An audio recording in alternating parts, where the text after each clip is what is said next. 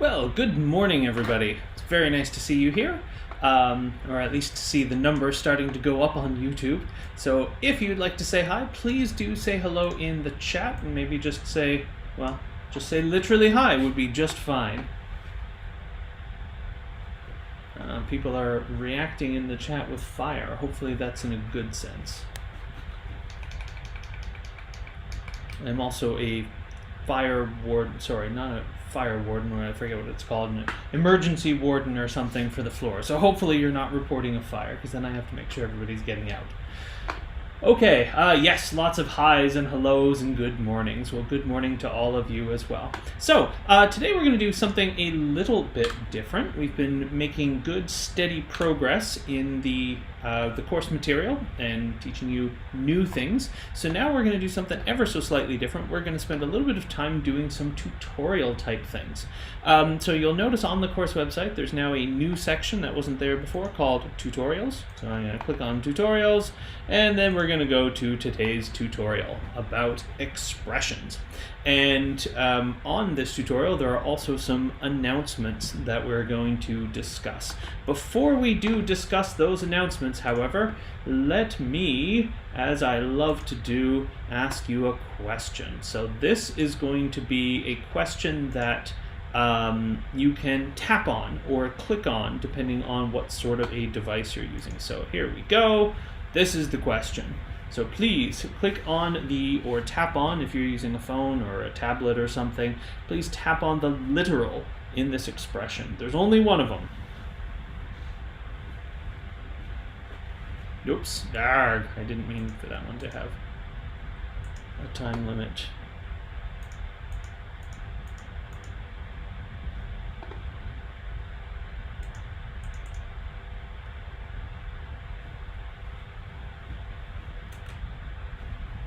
All right, answers are coming in. That's good.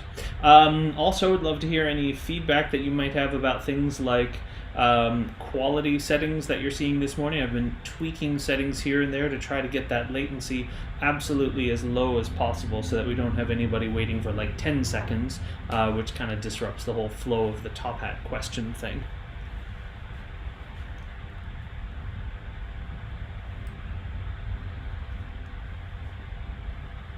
All right, lots of answers coming in. I'm going to close this one in just a couple of seconds. In fact, I'll count down from 5, and you can tell me when you see it close. So 5, 4, 3, 2, 1, and close. And you can tell me when you see it close on your device what number I got to.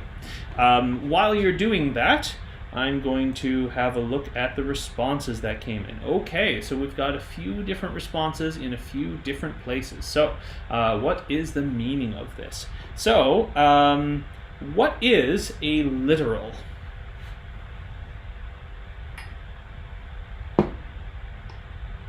Some people are typing, so hopefully someone's giving me a number here. But also, what is a literal?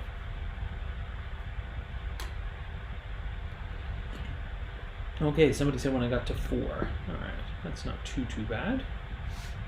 But what's a literal?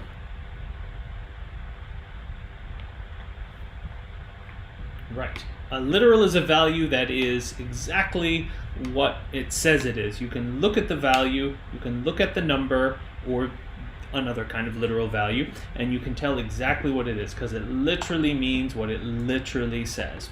Which means that a literal value would be something like a number, so an integer, floating point number. A literal could be a string. Hello. That can be a literal value. The number 42 can be a literal value. The number 180 can be a literal value.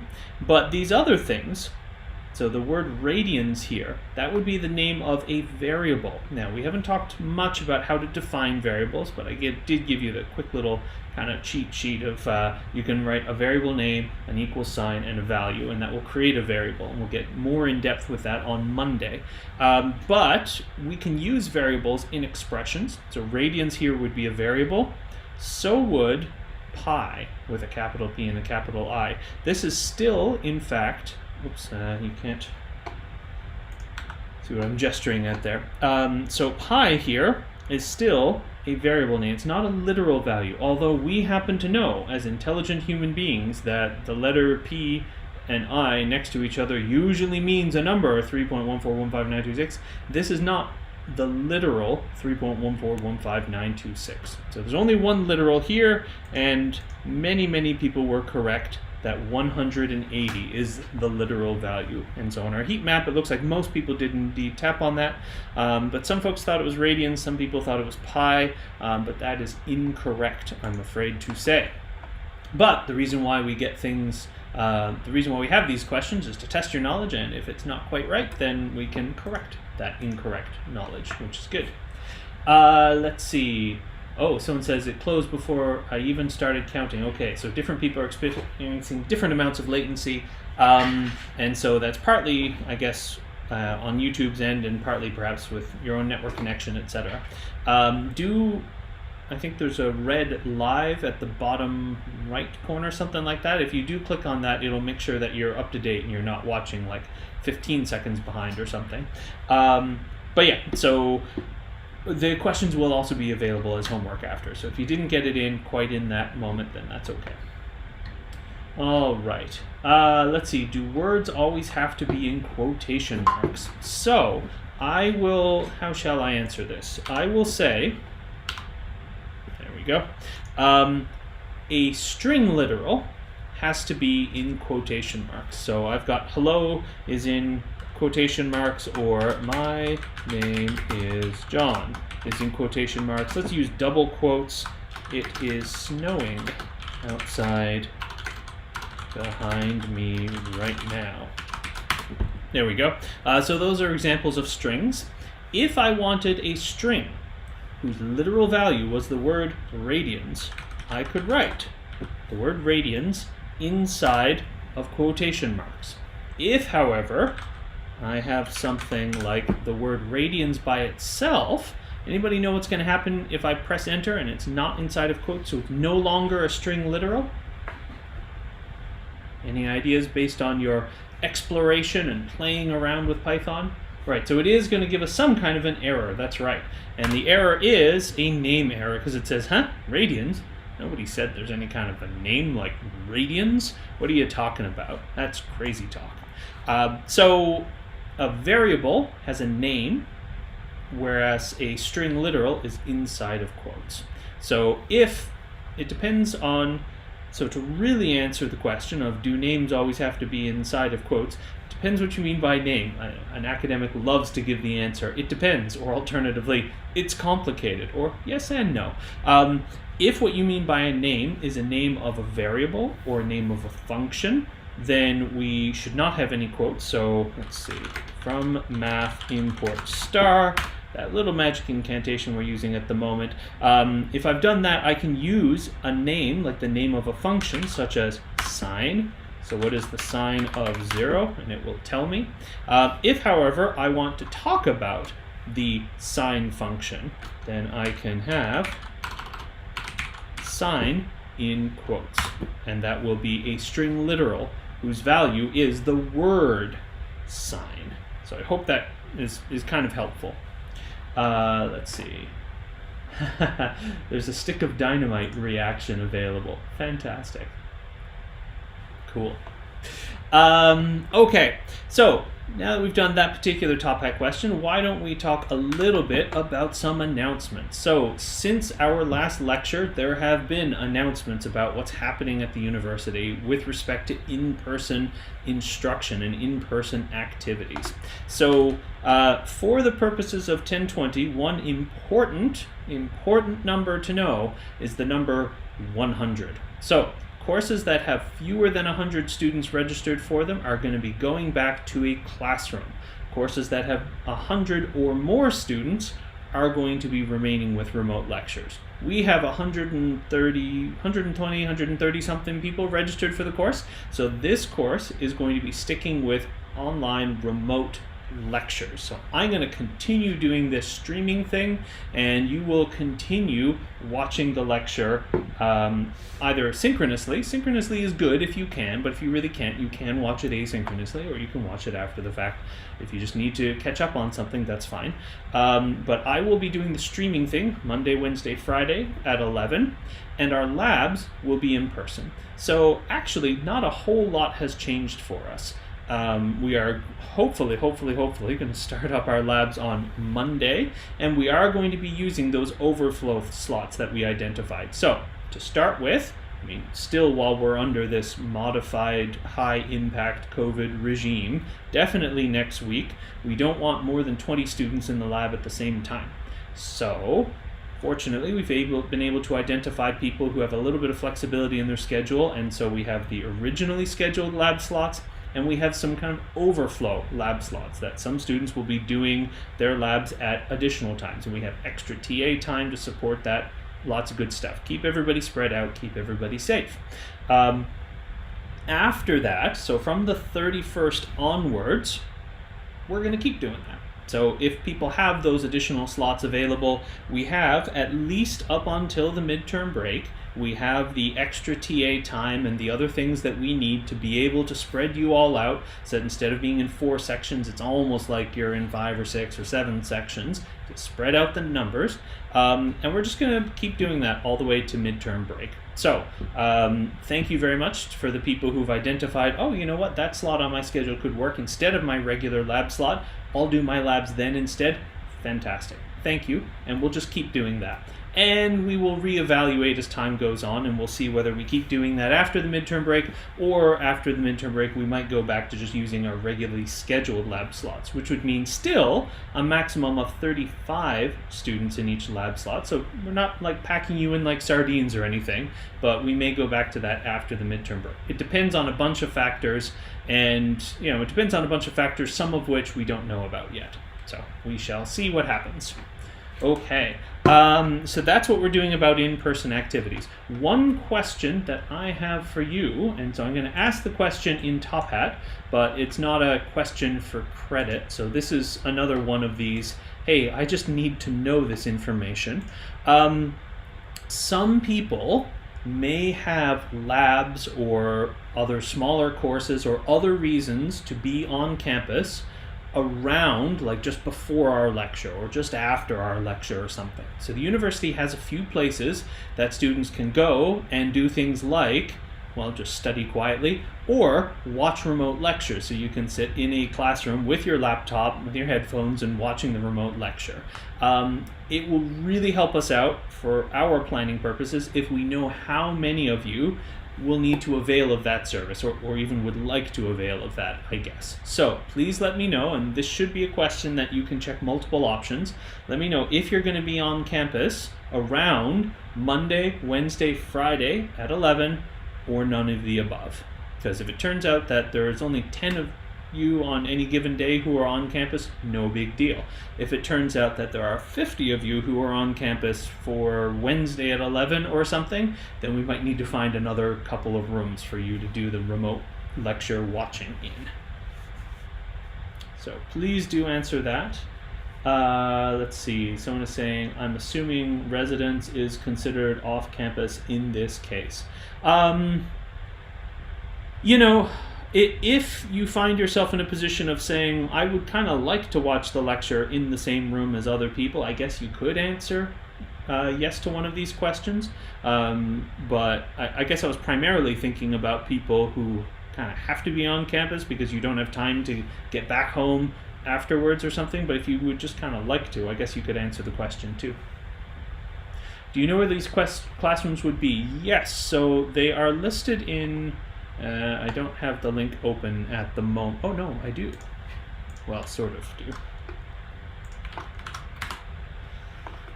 So, under MUN-UP, there is information about academic success, including study spaces on campus. You'll see there's one room in the engineering building, which is EN 4020.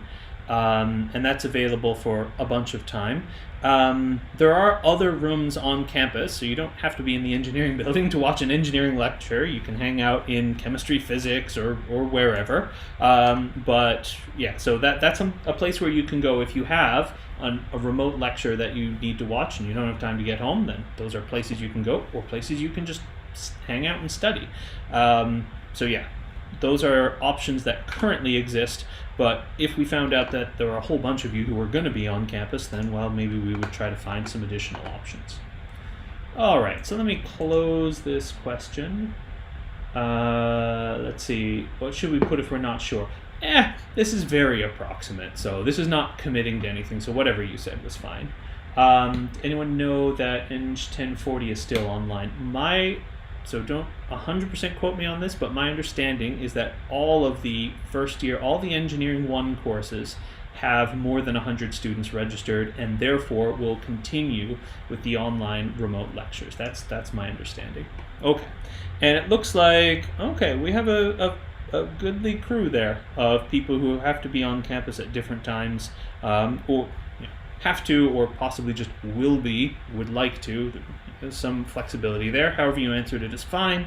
But yeah, so there are quite a few people. So we'll have to take that into account.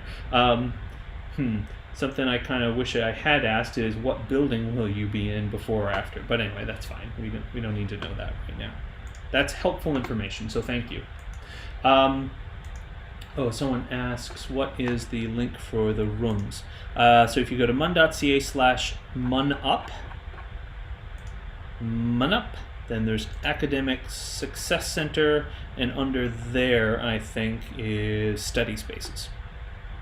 And that includes remote learning classrooms. And the engineering one is right at the bottom.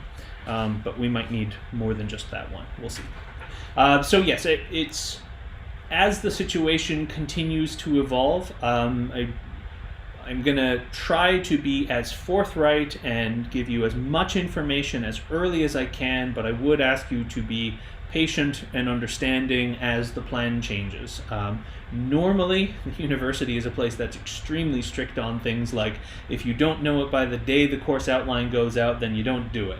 Obviously, we're not in that world at the moment, and so things may change a little bit, but I'll try to give you absolutely as much information as I can, and we'll try to be as accommodating as we can to your particular needs and situation and what have you, but I'd ask that you would be patient with us as the situation evolves. All right. Someone says, have art class in arts at noon, trying to figure out the best plan for that. Yeah, so there are rooms in arts and other places too. Good. Okay, the other announcements that you should know about, so the midterm exams, it looks like we do have permission to do a thing that we sometimes do, and during COVID we definitely want to do, which is hold our midterm exams in the evenings. So the midterms exams for this course will be on the evening of February the 15th and on the evening of March the 15th. Fortunately, it's not on Valentine's Day this year. I have come to campus to do an evening midterm on Valentine's Day before, and yeah, I mean, my wife was understanding, but it was unfortunate. Anyway, so we won't have to do that. I mean, I like you all very much, but not quite that much. So February the 15th and March the 15th in the evening. And the reason it's in the evening instead of during the day is so that we can get lots of rooms and spread everybody out. It would not really be a great thing for us to bring we probably wouldn't be able to bring 120 or 130 students into EN 2006 to all write a midterm exam at the same time. That would not be so great.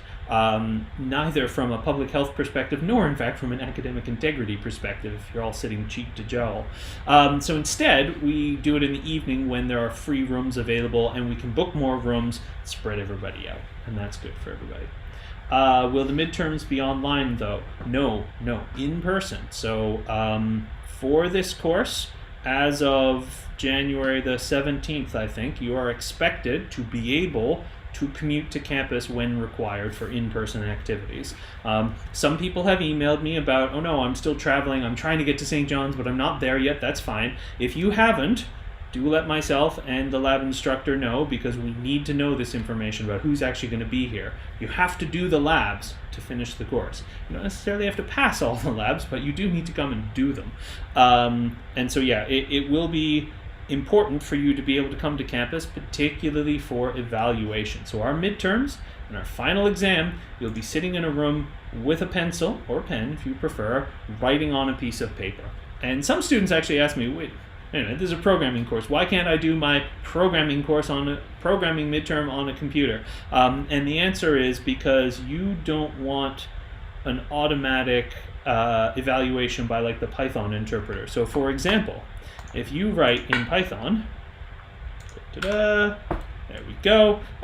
So if you try to write, hey, what is the sign of 0? And you write sign of 0, Python's going to say, error, 0, no marks, whereas I'm going to look at it and say, oh, I know what you meant there. Maybe I'll take off a tiny bit, but you'll still get most of the marks, as opposed to Python will be very, very strict. Because, as we talked about, synthetic languages, like the language of mathematics, and programming languages are extremely, extremely picky. But the trade-off for that pickiness and that precision and that lack of flexibility to say a bunch of things in a bunch of different ways, that the benefit is that we get to build interesting, complex things without having to go back and explain them. So when I write an equation that says y is equal to mx plus b, I don't need to go back and say, now, what I mean by x, and I want to make sure we're all on the same page here, that I don't mean x in this sense, I mean x in that sense, right? We can just write complicated things and assume everybody understands what we're talking about. So programming languages, interpreters, extremely picky. You don't want Python marking your exam. You want me marking your exam. Because Python doesn't understand partial credit, and I do. Okay, someone says, do you know how late in the evening that would be? I think we have historically done them around 6 or 7 p.m. I think typically 7 p.m., so those details I think are still subject to confirmation as we're planning the room bookings and stuff, but it's a heads up, midterm exam, in person, on the evening of February the 15th and on the evening of March 15th. 2 midterms so that you don't have the stress of, oh no, this one midterm, so many marks are riding on it. So it's meant to be a little bit better for everybody. Well, except for me, because I have to mark twice as many midterms, but the TAs help me with that, so anyway. All right, so yeah, that's in-person activities and that's midterm exams, so that is what we wanted to talk about from an announcements perspective. So now, let's get back to the Python. Now back to the good part. Let me ask you another question here in our little tutorial. Keep you occupied. Keep your brains occupied, sorry, not keep you occupied, as if I'm looking to fill your time with busy work. I'm really, really not. All right, what does this expression evaluate to if x is 12 and y is invisible? Let me put myself away and then you can see. If x is 12.0 and y is negative 8.0, what does this evaluate to?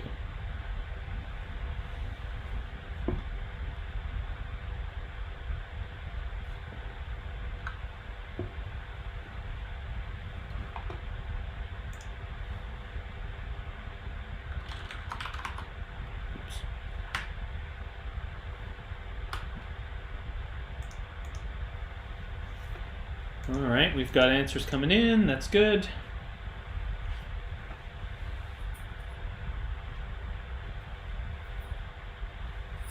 Oh, right, sorry. Can't see the question again because I've covered it up.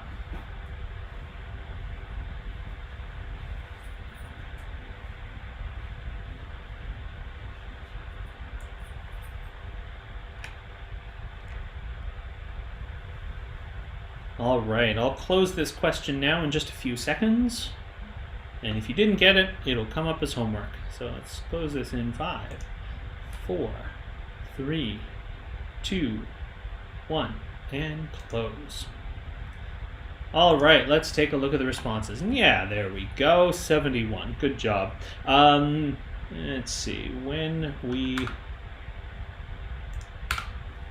go, there I am again. So this Python expression, x asterisk 3 plus y. The asterisk, of course, means multiplication. And so this is a valid Python expression. So if I gave you an exercise in which I told you, I've defined variables x and y, and I want you to write the expression for something, something, something, then you could write x times 3 plus y, save that as a Python file, upload it. In the interpreter, we write x times 3 plus y. I'm going to press enter, and what's going to happen?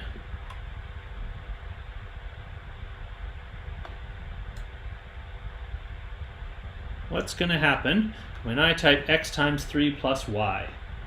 We're going to get an error. Yes, indeed, because the name x is not defined. And that is very true. So what I'm going to do here in Thonny, I'm going to go to my View menu, say let's look at the variables that have been defined.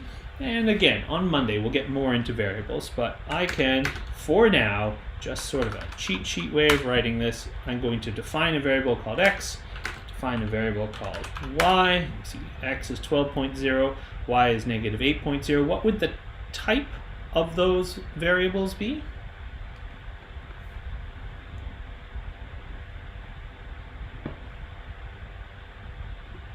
Right, so they're floating point variables, which, here's another little Python function that we might find helpful. There is a function called type. So I can say, well, let's pass x into type and see what its type is. And the answer is it's a float. It's a floating point variable. Whereas the type of 42 is int, which is short for integer. You'll notice in programming, programmers often like to abbreviate things, and so float and int are short for floating point and integer, respectively. So now you see there are two variables defined, and so if I write x times 3 plus y, I should indeed get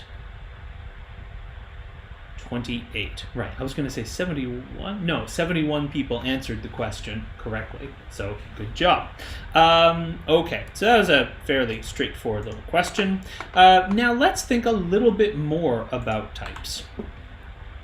So here are some questions that actually came from previous midterm exams. On the exams that we give you, some questions are a little more challenging and some are a little more straightforward. So let's think through each of these in turn and see what you think about each one. So if we were going to have a value that represents some quantity, very, very often in programming we need to think about what would be an appropriate type to represent this value. So if I'm going to have an expression that represents, say, the cost of an airline ticket, so I might have a cost plus a fuel surcharge, plus another surcharge, plus a, well, we feel like it surcharge, plus some other.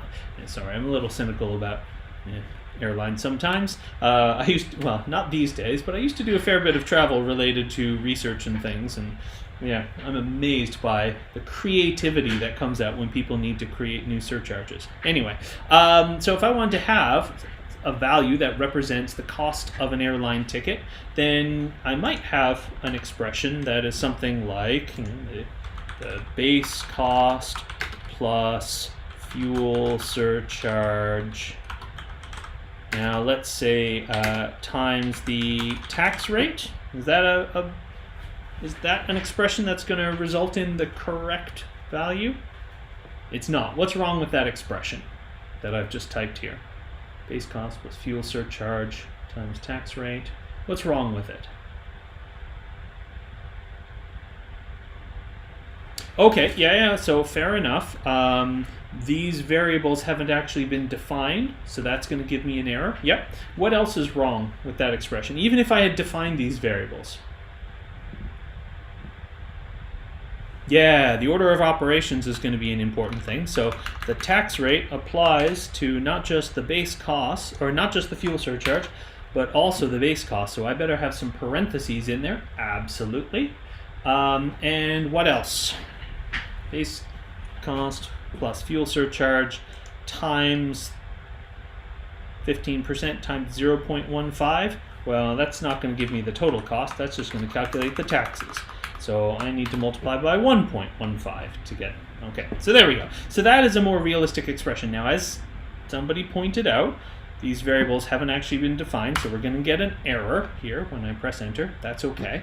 But what would an appropriate type be for these values? What should the base cost be? Is it a string? Is it a bool? What's an appropriate type? Oh, someone asked a good question. Why did you put an underscore in between?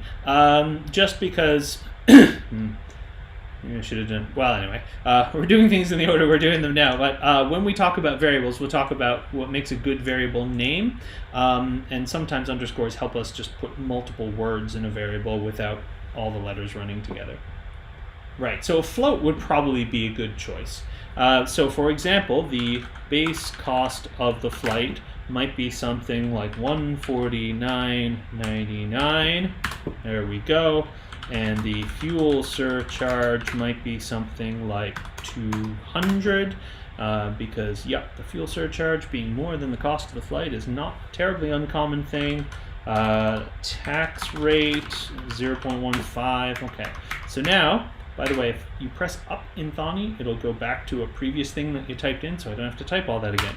Now we compute that the overall cost of this flight is $402.49. Okay, so yeah, floating point number would be a good choice for a price. Can you justify using an integer for a price? That's another question. So for these kinds of questions, you'll note that when I've asked them before, and likely I'll ask this kind of thing again, I say justify your choice in a few words. You don't have to write paragraphs about why it would be. The floating point justification is pretty obvious. There's a whole part and there's a less than a whole dollar part. How about integers? Is there a good reason to use integers when we're talking about things like money?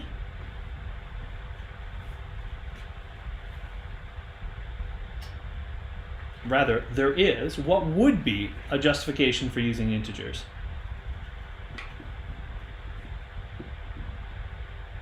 Bunch of people typing, that's good. Right. If you only have to pay in dollar amounts, yeah, but I mean, I might have to pay $402.49, but would I ever actually pay Air Canada $402.48.85? No. So somebody says you can't have half a cent. That's right. So actually, oftentimes money will be represented as an integer number of cents. And then you just have to divide by 100 to know how many dollars it is. Because you never pay with half a cent, even electronically. So physically, now you never pay with less than a nickel, right? Something can be rounded to the nearest nickel when you're using cash these days. But even electronically, where you pay to the nearest cent, you never pay to a fractional penny. So there is an argument that you could make for making the cost be either a floating point number or an integer. A Boolean value would not be appropriate, right? Where it would not make sense to represent the cost of an airline ticket as true or false. A string would also not be a very good choice because although it might be, sorry, let me put code back here. Although it might be kind of appealing to a person if we write the base cost as $149.99, I mean, how do we multiply the taxes by a string? A string times a floating point number, that doesn't really make any sense, does it? And so a string would not be a great choice there. Okay.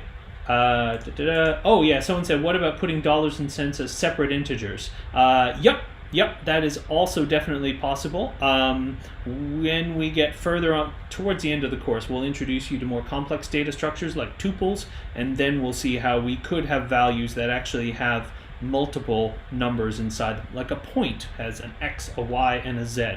A color has an amount of red, an amount of green, and an amount of blue. We will see how to do that kind of thing much later in the course, but based on what we've learned so far, we don't really know how to do that yet. Okay, how about a prediction of, oh, for some reason I wrote it as predication. I meant to say a prediction of how much snow we're going to get next week. What's a good type for that?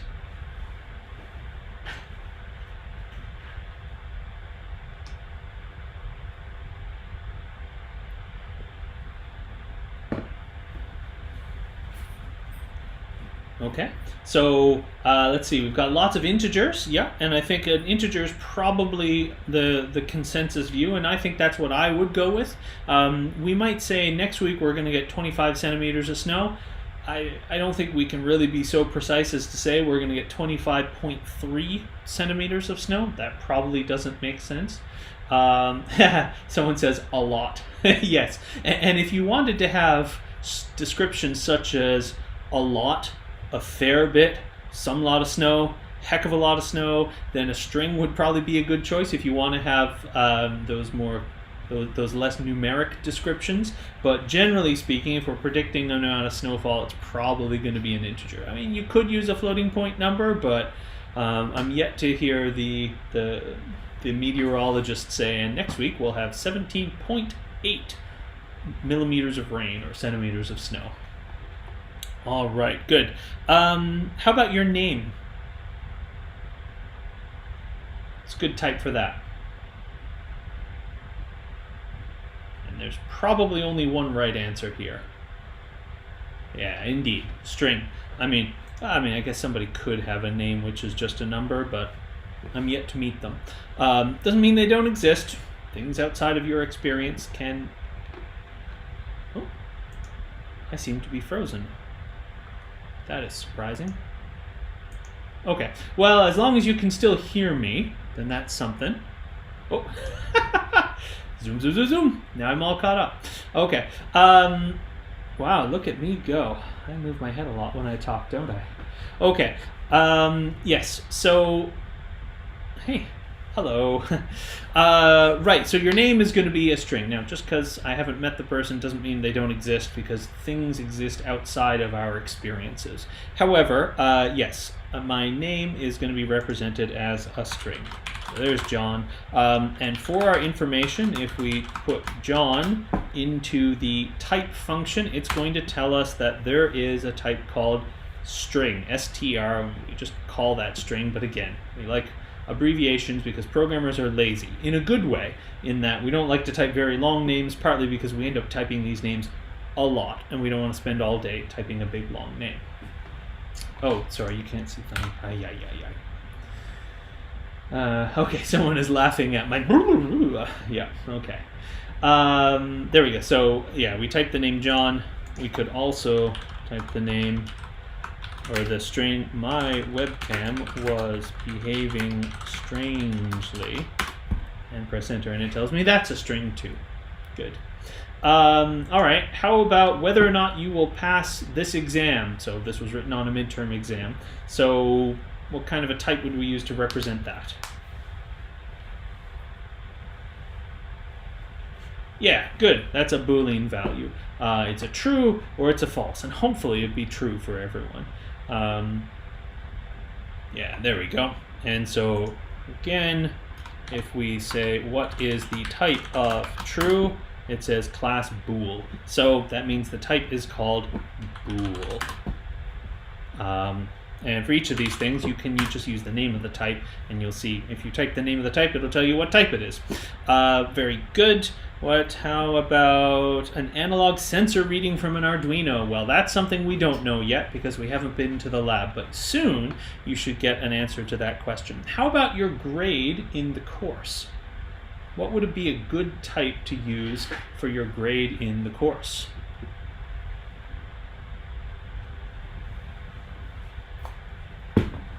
Yeah, an integer, that's right. And you might think, wait a minute, but if I calculate my grade and I get if I get an 87 on the final exam and a 93 on this assignment and a 91 on that assignment, and I add these things together with their weights multiplied, surely I'm going to get a number like 91.8. Well, that's true, but we always round to the nearest integer on a final course grade.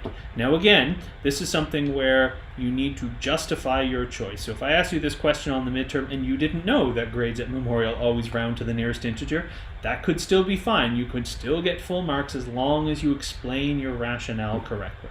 But now you know that all final course grades at the university are integers, between 0 and 100? Well, except for some special ones like pass and fail and that sort of thing. But we have fewer of those now than we did in the depths of the pandemic.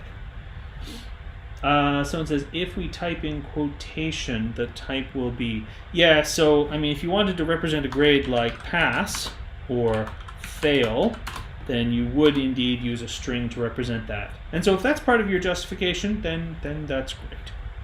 The main thing here is not necessarily that you get the same answer I would have come up with, it's that you are thinking correctly about types.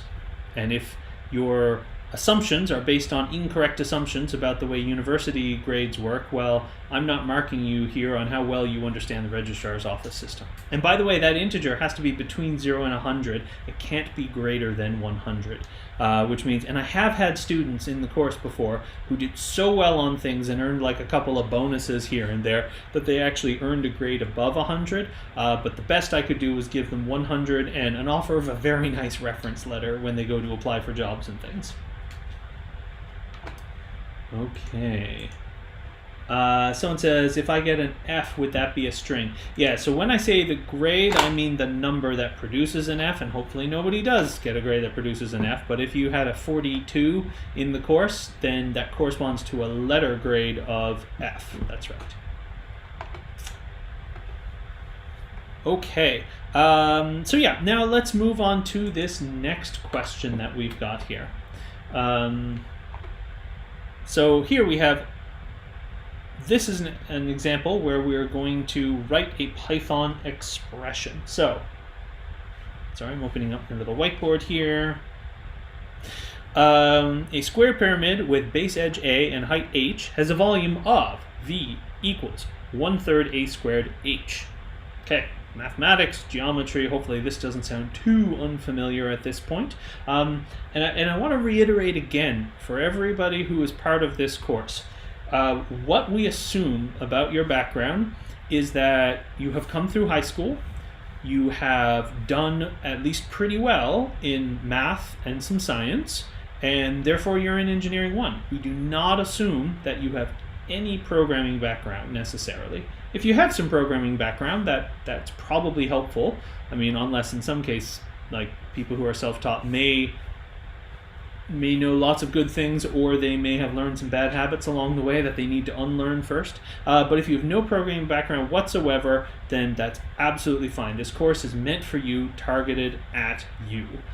We do expect that you have a little bit of a mathematical background. You don't have to have done calculus yet or anything, but simple algebraic things like this and simple geometry things will hopefully not be beyond what we can expect.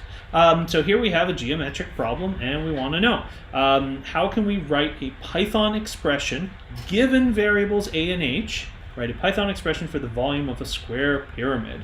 So tell me some stuff. Don't say what the expression is yet, but just tell me some stuff about this expression that we're going to write.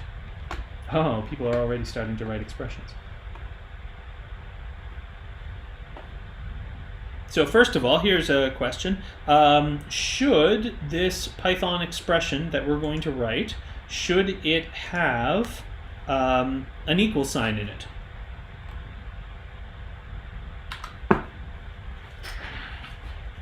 No, it should not, because recall that a Python expression is not, and it's true in math as well, an expression is not an equation. An equation is when you have an expression is equal to another expression.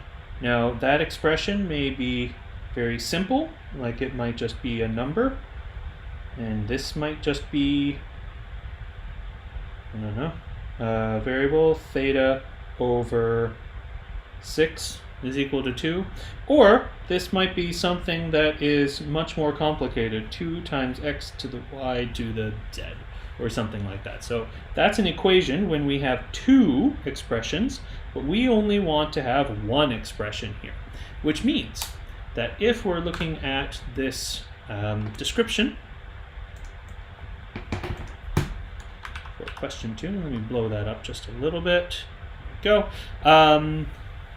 So we have variables a and h that are available to us, and we are going to write the Python version of what? Just this mathematical expression, so that side of the equation. So 1/3 a squared h. So let me just write that. Oops.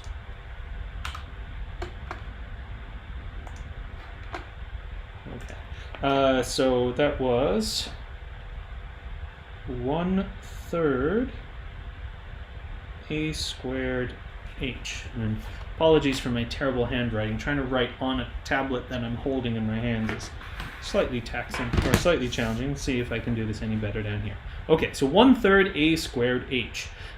So in Python, first of all, how would we write 1/3? Yeah, so people are writing various things. So we have, someone said base and height. So it's true that the meaning of those things are base and height, but we've been told in the question, as it was asked, that we've been given Python variables a and h, which means that we do need to use a Python variable called a and a Python variable called h. So we should not call them base and height, because part of the problem definition is that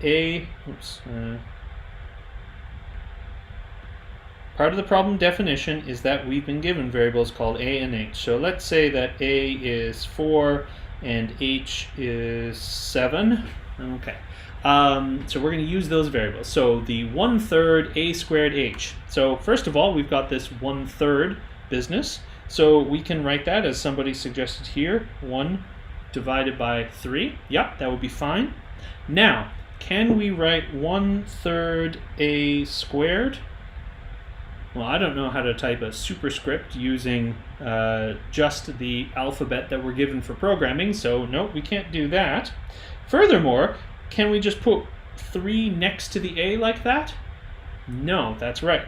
Somebody said we have to use the star. So I'm going to take that a and move it a little bit over here. So 1 divided by 3 asterisk a. So in math, we can just write 2 things next to each other, and it means implicitly multiply them. So we could write 1/3 a squared cross h, 1/3 a squared dot h, or 1/3 a squared h. And these all mean the same thing, because it's just a and h are scalar values. If they were vectors, then cross and dot would mean different things, but they're all scalar values, so we can kind of write those however we like in math. But in programming, we need to be explicit. If we want multiplication, we have to say we want multiplication. Now, right, so now we do the exponentiation, so a squared. So we've got one suggestion here, which is we can use the exponentiation operator, and that is absolutely, oh dear, there we go, that is absolutely right. So a, oops, sorry, not h, a exponent 2. There we go. So that is absolutely something we can do. If we do that, do we need parentheses anywhere here? Actually, let's go on and finish. Let's write the times h, and then we'll talk about a couple of different possibilities. Do we need any parentheses? Okay, and we've got some suggestions that yes, we do. Well, let's take a look at our order of operations from the end of the last lecture. So, parentheses come first, then function calls, then exponentiation, then unary arithmetic operators, then multiplicative operators, which means that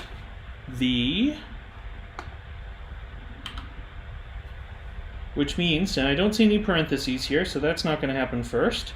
I don't see any function calls, but then we have exponentiation. So that means that a to the power of 2 is going to happen before anything else. So the evaluation of this expression will be, first we'll do the exponentiation, and then we will do the multiplications. this one. And then once we've got that value, then we will multiply it by h. We can look at this in Thonny. So I've just defined here a variable a is 4 and h is 7. So if I write 1 divided by 3 times a to the power of 2 times h with no parentheses whatsoever. Actually, sorry, let me write it up here because then Thonny will let us do something kind of fun. Thonny will let us run this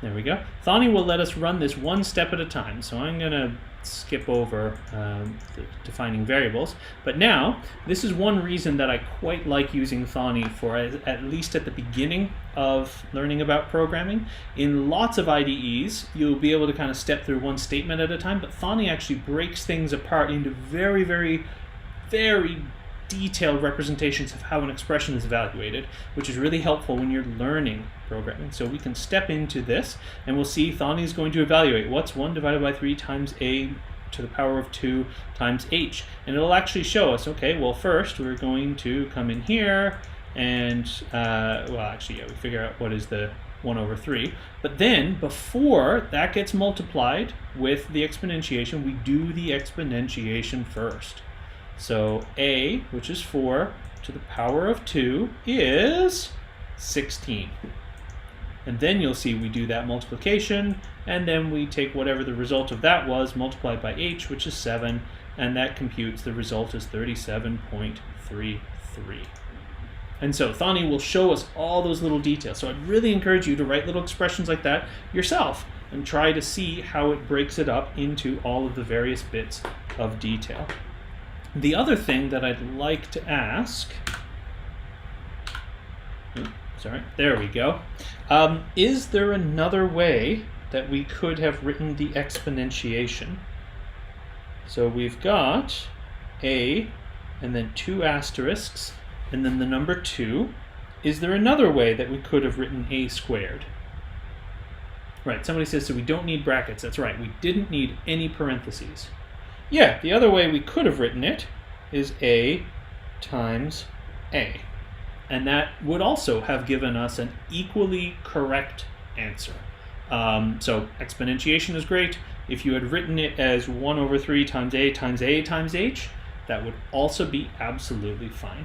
What we cannot do is use another operator like the caret operator, for example. So in some languages, the caret operator might happen to mean exponentiation, but in Python it doesn't. So this is not a valid way to write exponentiation. We saw the caret operator actually means the exclusive or, which, what in the world does that even mean? If you're taking a number like 4 and finding an exclusive or with 2, it has a meaning, just not one that we are prepared to countenance until we get much further in the course.